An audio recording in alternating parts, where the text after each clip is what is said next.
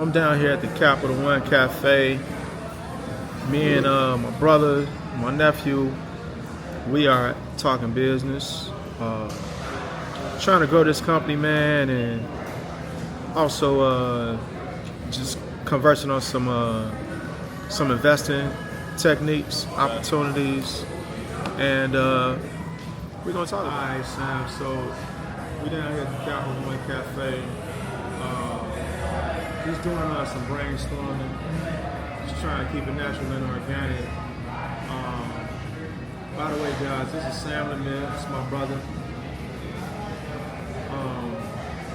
Tell them about your product line, man.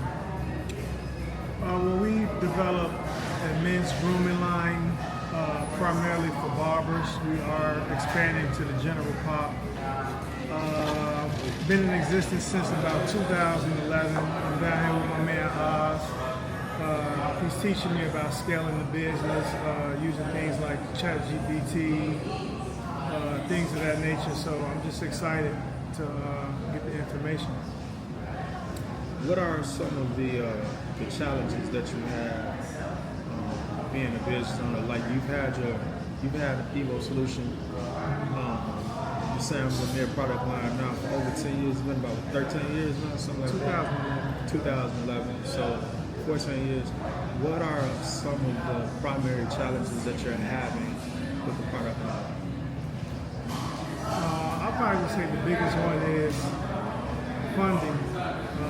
I started the product line using my money, and it seems like every time you scale up, you're always reinvesting in your company, so it keeps me at a neutral state as far as with money. So what I'm looking to do now is looking for investors and just trying to find different ways that I can keep my money but still grow the business. I would say that's a big one. One of the things that I know, first of all, both of us are professional barbers. We've been in the industry for years. I haven't been as active in the industry as I once was, but I do know that the product is effective, it works. You're getting barber support actually from all over the world. Selling the products everywhere.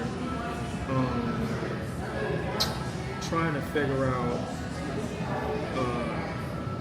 what's the goal? What's the overall goal for you? Is it just money, or is it influence, or is it just leaving something that is a legacy project? I would say legacy. I want to have something that said that Sam Lemire was here on this earth. I want to have something to be able to leave to my kids. And the biggest thing is I just have a passion for barbering, making people look good and feel good. And either one of us got a haircut. But that's true. But the product is one of the ways that I felt like you can leave a legacy. So just have a passion for making people just look and just feel they're the best. So one of my passions is entrepreneurship. Been an entrepreneur my whole life, and I want to applaud you first of all for stepping out. We don't come from entrepreneurs in that regard. We don't come from people that have money. We're just kind of self-made. And I think that it's important to do things and to try to align yourself so that you can create a trail for people to follow. So yeah, man, I just wanted to tell you that. I think that it's an admirable product line, and we're gonna keep going. What were you saying, bro? Sometimes, well, I was talking about a word that you gave me last week, and the word was pivot. And sometimes we do have to pivot. Things that worked last year, 2 years ago, it might not be as effective. So I've pivoted, I've changed my strategy with some of my wholesalers. Instead of trying to make like so much money with the higher cost, I've dropped the cost and then I've turned it into like a volume game instead of moving units and just trying to like really maximize profit. And it's been working. So I've been focused real hard on paying my tithes and not just focusing on getting money from what I'm doing, but just I'm focusing on my giving because I know that when you give, you're going to get. So I just want you guys to be conscious of that.